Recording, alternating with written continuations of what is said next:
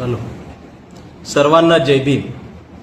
गाव कुसाबाहेर असणाऱ्या वंचितांचा आवाज, त्या आवाजाचा आक्रोश, त्या आवाजाचा हंबरडा प्रत्येक वेळी प्रत्येकाच्याच कानावर पडत नव्हता. जो पडायचा तो दाबला जायचा.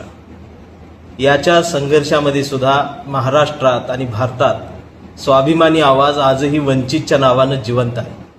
गाव खेड्यावरती कुठं कुणावरती अन्याय झाला तर चौका चौकातला वंचितचा कार्यकर्ता उभा राहतो, घोषणा देतो, आरडाओरडा करतो आणि अन्यायाविरुद्ध न्यायासाठी आक्रोश करत राहतो.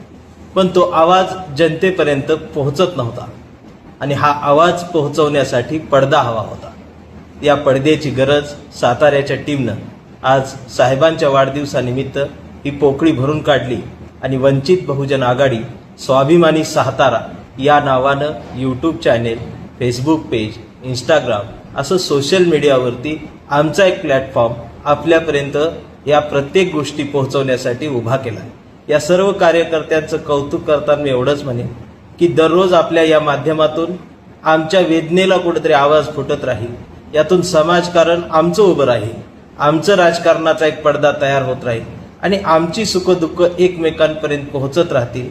आमचा आवाज, आमची वेदना एकमेकांशी टक्कर देत राहील आणि एक नव्यानं स्वाभिमानी राजकारण, नव्यानं स्वाभिमानी समाजकारण हे सगळं महाराष्ट्रभर आपल्या माध्यमातून उभं राहणार आहे. त्यासाठी मी सर्वांना मनापासून शुभेच्छा देतो. साहेबांच्या वाढदिवसानिमित्तानं हा एक चांगला उपक्रम आपण महाराष्ट्रामध्ये आणताय. हे देशपातळीवर सुद्धा मोठं होणारं कार्य आहे. आज बदलत्या काळानुसार बदलती यंत्रणा आपल्या हातात असणं अत्यंत गरजेचं आहे. हे पाऊल जे उचललेलं आहे हे डिजिटल मीडियाचं पाऊल याच्या निळ्या क्रांतीचं प्रतीक आहे असं मी मानतो. आणि आपला सर्वांचाच आवाज आजपर्यंत आपल्यात जो राहत होता तो आता देशभरापर्यंत पोहोचवण्यासाठी हा पडदा अत्यंत गरजेचा आहे. आणि मी सर्व कार्यकर्त्यांचं मनापासून कौतुक करतो. धन्यवाद. जय भीम.